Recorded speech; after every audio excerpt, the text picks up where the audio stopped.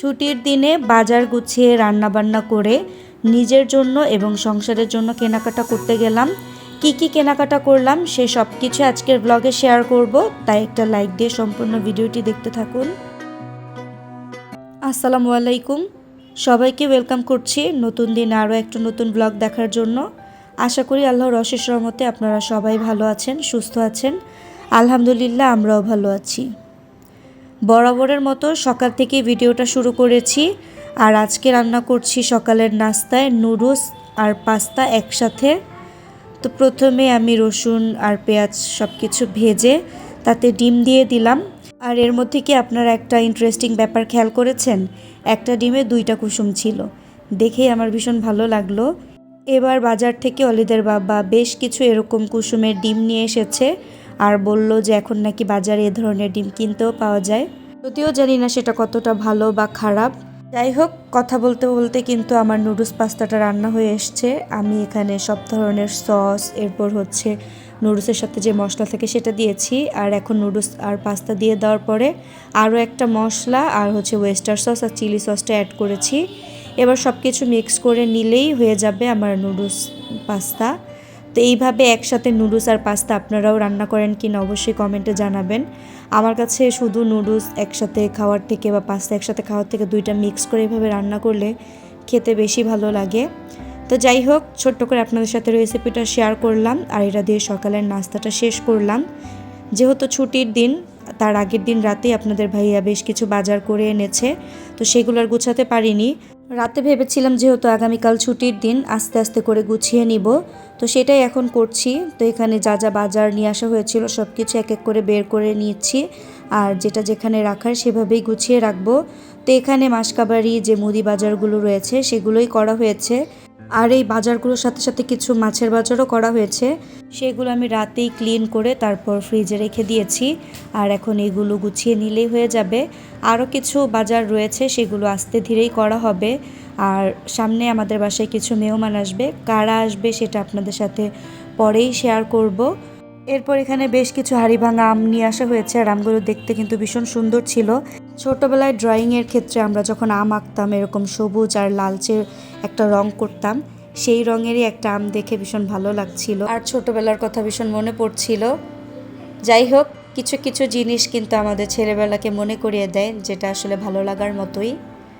তো এখানে টুকটাক যে মুদি বাজারগুলো আনা হয়েছিল সেগুলো এখন যেগুলো জারে ঢেলে রাখা দরকার সেগুলো জারে ঢেলে রাখছি, আর বাকি জিনিসগুলো আমি একটা কার্গো বক্সে রেখে দিয়েছি।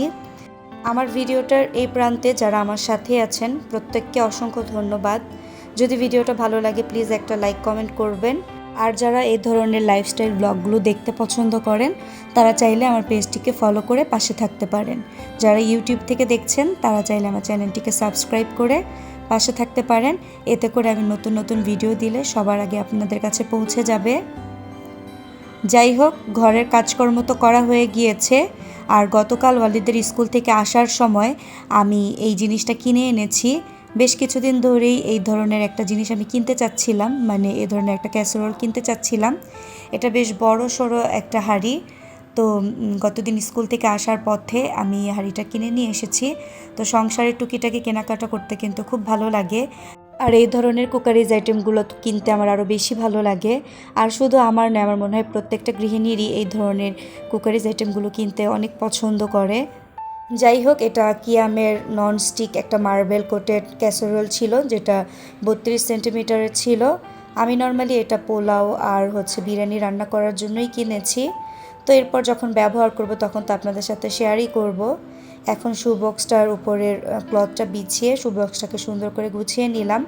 আর সামনে যেহেতু বাসায় মেহমান আসবে তাই ঘরটাকে একটু নতুন লুক দিচ্ছি। সব কিছু একটু গুছগাছ করে নিয়ে আমি এখানে হাতে মাখিয়ে গরুর মাংস বসিয়ে দিয়েছি। আর আজকে যদিও ছুটির দিন, তবে আয়োজনগুলো ছিল একদমই সিম্পল। আজকে গরুর মাংস আর ডাল রান্না করব। যেহেতু একটু বাইরে যাওয়ার আছে এবং বাজার গুছিয়েছি, তাই সবচেয়ে শর্টকাটে যেই রান্নাগুলো করা যায় সেটাই করে নিব।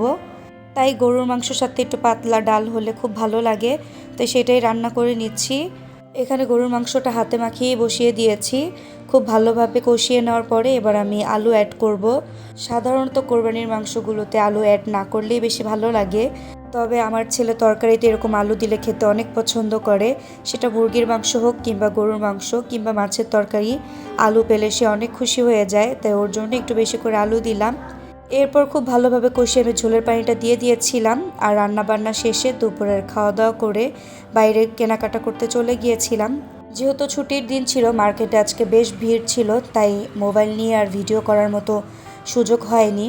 তো কেনাকাটা কি করে আনলাম সেটা এখন আপনাদের সাথে শেয়ার করছি। এখানে কাপড় রোদ দেওয়ার ক্লিপ নিয়েছিলাম, আর তার সাথে আমি কিছু ড্রেস কিনে এনেছি। তো এখানে বাটিক প্রিন্টের এই ড্রেসটা নিয়েছি, তার সাথে হচ্ছে সিকোয়েন্সের কটনের এরকম ডিজিটাল প্রিন্টের একটা ড্রেস নিয়েছি, যেটার কালারটাও আমার কাছে খুব ভালো লেগেছে। আর তার সাথে ডিজিটাল প্রিন্টের এই সুন্দর ড্রেসটাও নিয়েছি। তো এই সবগুলোর মধ্যে থেকে কিন্তু আমার এই ডিজিটাল প্রিন্টের ড্রেসটা বেশি পছন্দ হয়েছে। এরপর আমার জন্য একটা মোবাইলের কাভারও নিয়েছি। তো এই ছিল আমার আজকের কেনাকাটা, সব কিছু আপনাদের সাথে শেয়ার করলাম। আজকের পুরো ভিডিওটা কেমন লাগলো অবশ্যই কমেন্টে জানাবেন। আজ তবে এখানেই বিদায় নিয়ে নিচ্ছি। সবাই ভালো থাকবেন, সুস্থ থাকবেন। আল্লাহ হাফিজ।